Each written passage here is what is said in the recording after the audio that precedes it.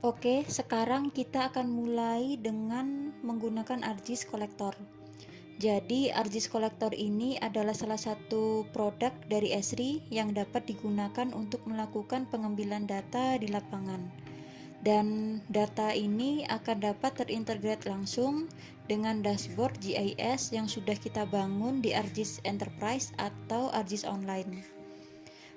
Kita bisa mengunduh aplikasi ini di Play Store lalu install saja dari situ. Oke, selanjutnya kita buka aplikasinya. Untuk memulai aplikasi ini kita perlu memiliki akun ArcGIS Enterprise atau ArcGIS Online. Di sini saya akan menggunakan akun ArcGIS Online saya.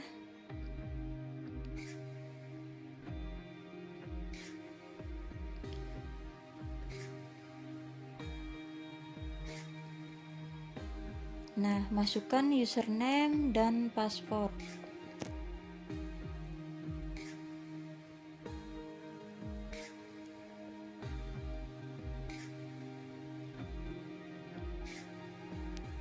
Oke, di sini saya menggunakan akun trial yang hanya berlaku selama 21 hari.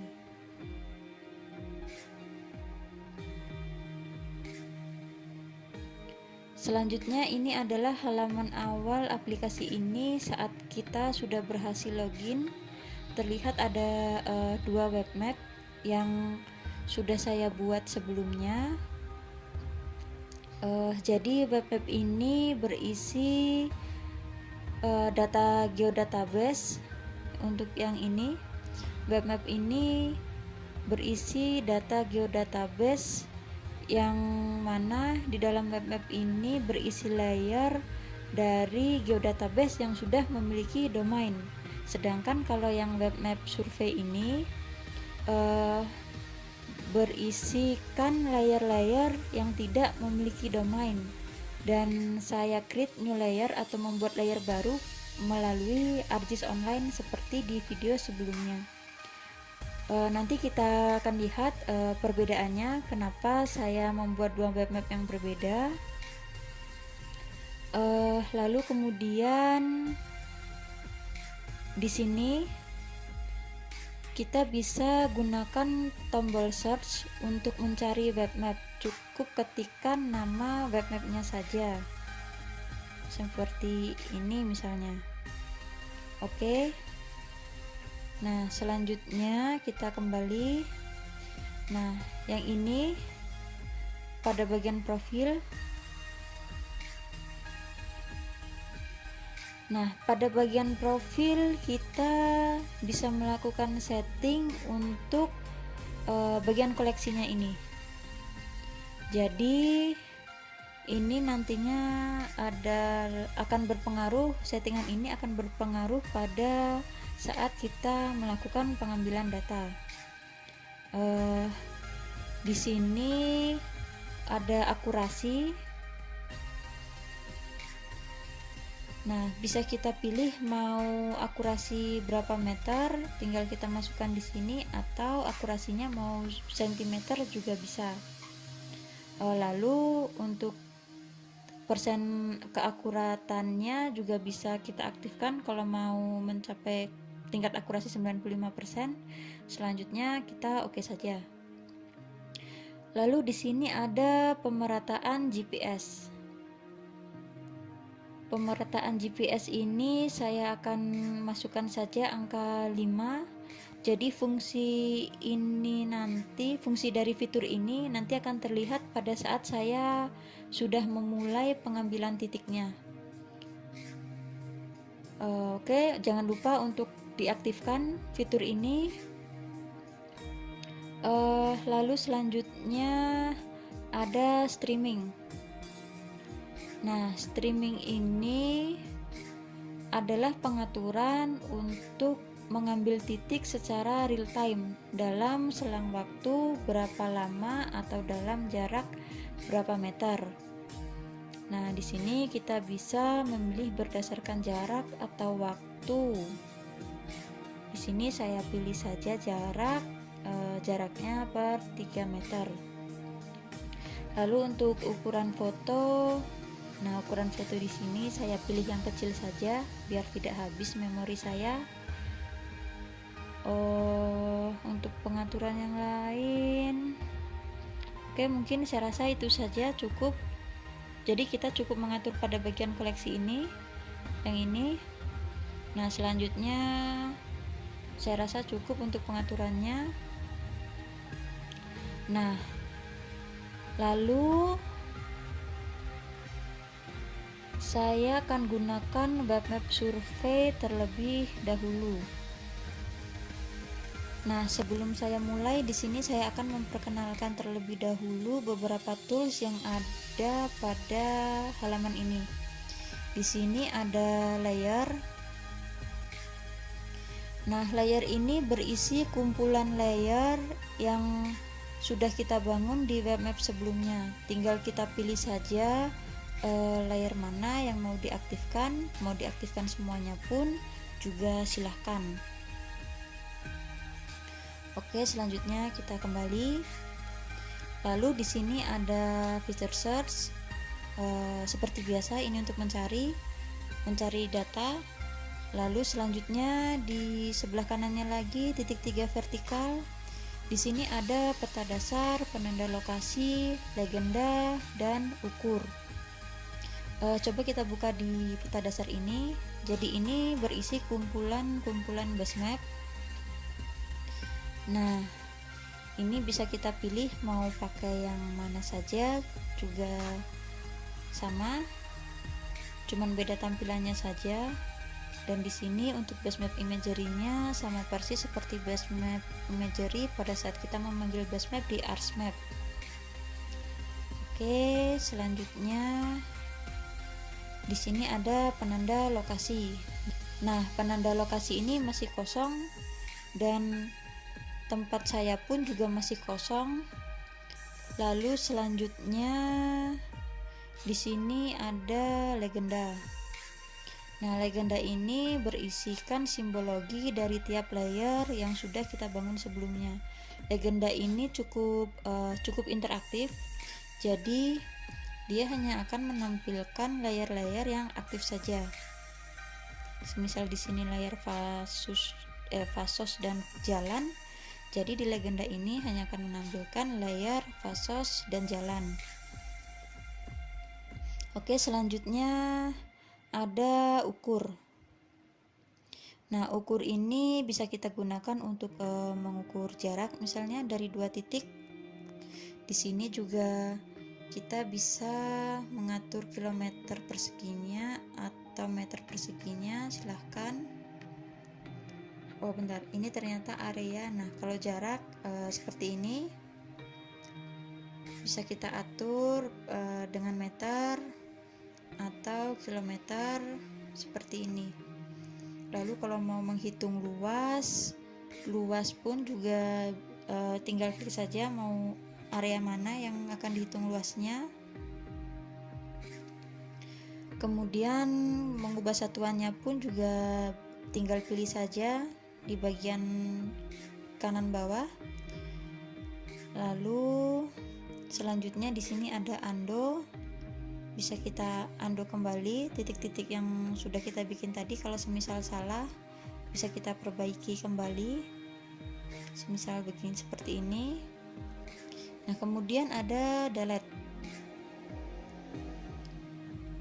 Oke, itu saja untuk perkenalan awal tools. Lalu kemudian yang paling penting itu di sini. Ini adalah tools untuk melakukan pengambilan data. Ini adalah tools untuk menambahkan titik di lapangan. Oke, kira-kira seperti itu. Dan sekarang saya akan coba mulai melakukan pengambilan data. Jadi sampel data di lapangan kali ini akan saya ambil dengan menaiki busway Transjakarta. Jadi posisi GPS saya nantinya akan terlihat terus bergerak dan sesekali berhenti. Oke, kita langsung saja.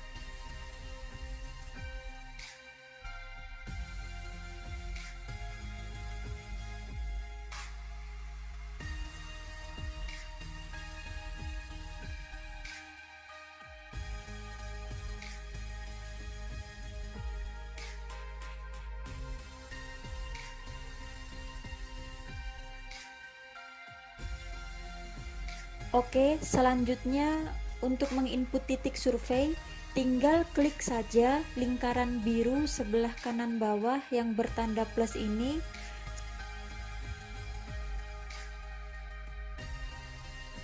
Selanjutnya, pilih layer yang akan menjadi wadah untuk input data yang akan kita ambil.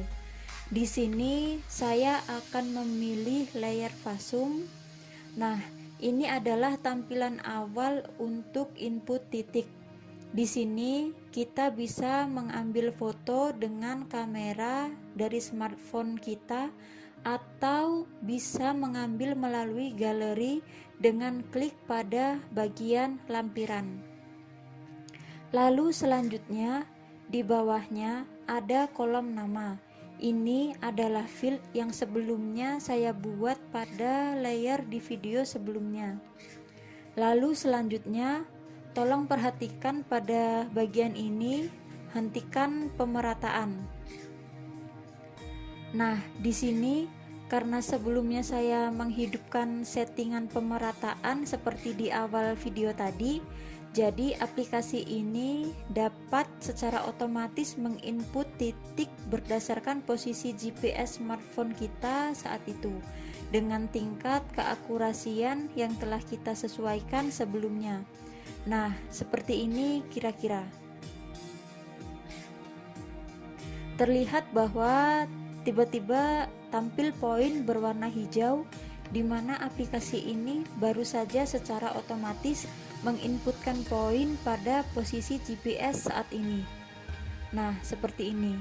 Coba perhatikan sekali lagi bahwa GPS saya saat ini sedang bergerak dan secara otomatis akan merekam poin dengan mengupdate poin yang terinput sebelumnya seperti yang sedang tampil saat ini. Saya rasa cukup.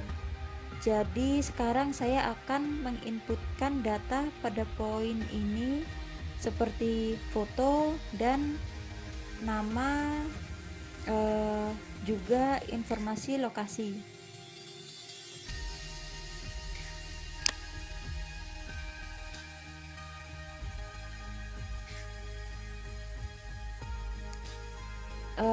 Informasi lokasi di sini saya inputkan pada kolom nama saja.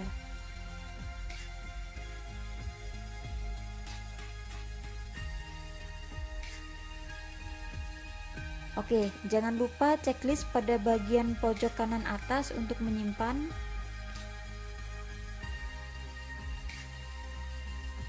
Nah, kita lihat datanya sudah masuk. Kalau mau mengedit, klik saja edit dan checklist kembali untuk menyimpan.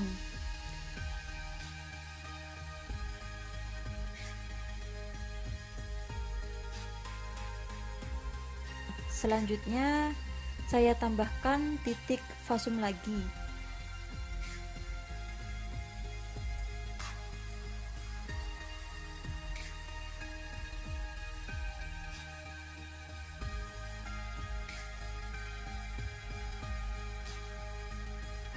Nah, di sini terlihat GPS saya terus berjalan. Sekarang saya akan memberi titik pada bagian bangunan di map yang sudah terlewat oleh GPS saya atau oleh posisi saya. Nah, di sini sewaktu saya mengklik layer untuk menambahkan poin baru, secara otomatis aplikasi akan langsung merekam sesuai posisi GPS saya berada. Nah, seperti ini. Tapi bukan berarti tidak bisa dipindahkan atau dihentikan. Jadi kita bisa menghentikan pemerataan agar aplikasi ini tidak merekam secara otomatis dan mengupdate secara otomatis poin survei kita. Seperti ini, kita hentikan pemerataan, lalu saya arahkan kursor target pada target bangunan yang saya pilih. Selanjutnya, kalau sudah pas, klik perbarui titik. Gunakan lokasi target. Nah, terlihat poinnya berpindah. Selanjutnya saya akan ambil foto.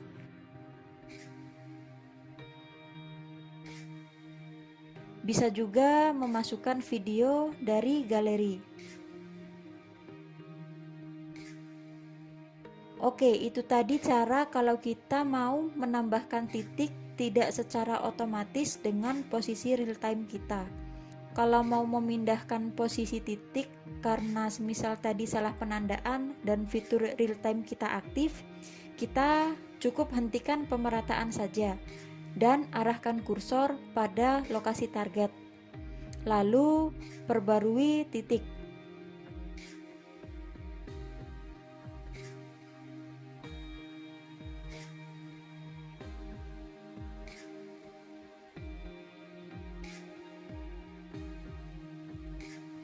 Kalau memilih mulai pemerataan lagi, maka akan otomatis berpindah titik itu pada GPS kita secara otomatis. 1, 2, 3. Nah, dalam 3 detik.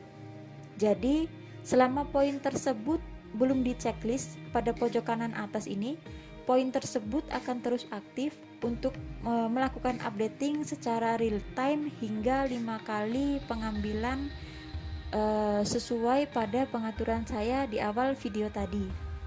Jadi kalau kita tidak mau repot dengan fitur menandai poin secara otomatis ini, cukup matikan saja fungsinya.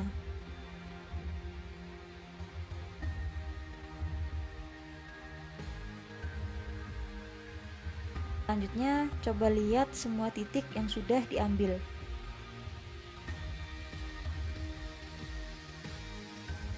Coba kita klik pada poin bangunan yang sudah kita tag tadi.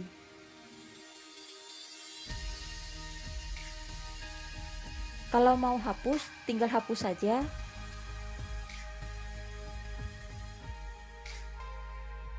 Kalau kumpulkan di sini, ini seperti ini. Kita mau menandai pada posisi yang sama persis seperti bangunan, tapi layer yang digunakan pun adalah layer lain. Jadi fitur kumpulkan di sini ini akan mengambil data lain, bisa dengan layer lain atau layer yang sama, namun pada posisi yang sama. Semisal di sini saya akan beri poin pada layar jalan.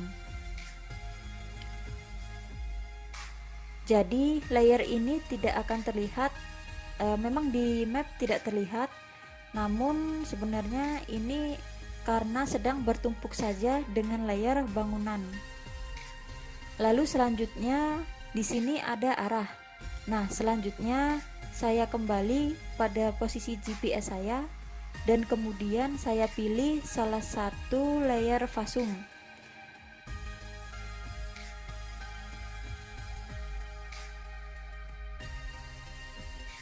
Dan saya pilih arah.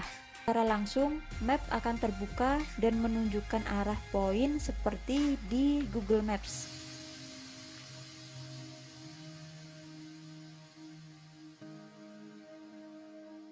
Nah, oke, selanjutnya ada kompas. Kompas akan memberitahukan arah titik tersebut dari posisi kita. Maksudnya berdasarkan arah mata angin. Lalu ada tambahkan ke tempat saya. Nah, ini akan menambahkan poin tersebut pada fitur tempat saya yang di awal tadi masih kosong.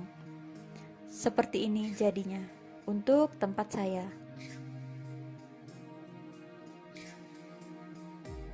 Kalau membatalkan pengambilan titik pun juga bisa tinggal buang saja. Nah, sekarang coba kita lihat di dashboardnya. Oke, kita buka dulu dashboardnya. Nah, terlihat indikator dashboard data sudah terinput dan terlihat informasi total yang sudah disurvei. Selanjutnya kita kembali pada ArcGIS Collector. Oke, kali ini saya akan menggunakan web map yang berisi domain pada tiap layer di web mapnya.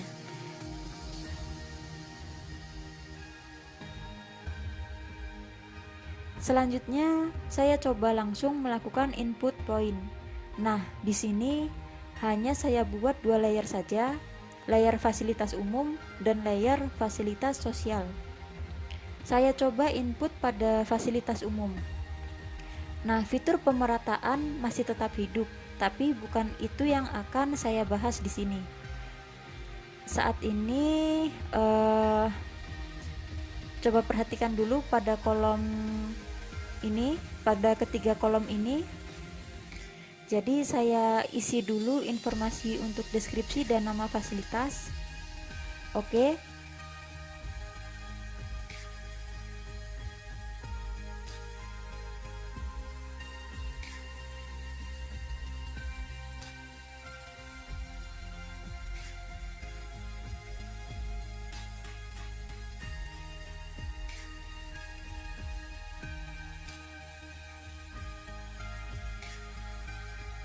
Lalu tolong perhatikan pada bagian kolom fasum.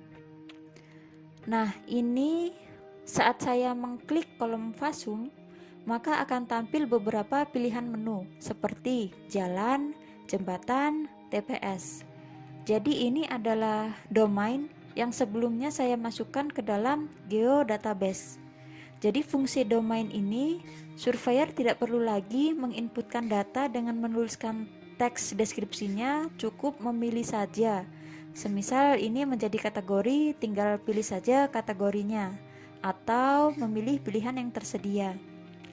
Ya, seperti ini. Jadi ini bisa yang tadinya adalah menu drop down di geodatabase juga bisa menjadi pilihan menu di ArcGIS Collector.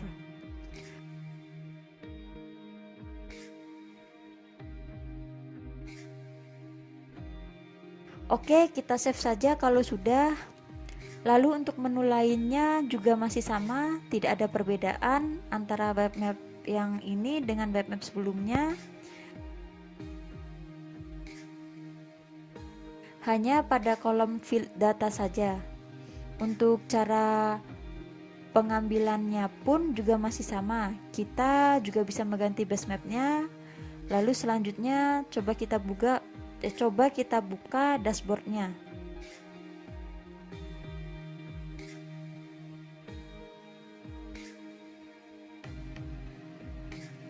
Nah, terlihat datanya sudah masuk, pada grafik pun juga sudah terbaca. Di sini ada data 0. Itu karena sebelumnya saya sempat menitikkan pada geodatabase di video sebelumnya melalui ArcMap. Jadi ya seperti ini, makanya ada data yang 0 di dalam grafik. Kita abaikan saja yang itu. Yang penting data sudah termonitor secara real time pada dashboard ini. Oke, saya rasa cukup untuk tutorial penggunaan ArcGIS Collector ini. Silahkan teman-teman bisa mencoba sendiri dan selamat mencoba. Terima kasih. Oke guys, terima kasih karena telah mampir di channel YouTube ini. See you on the next video.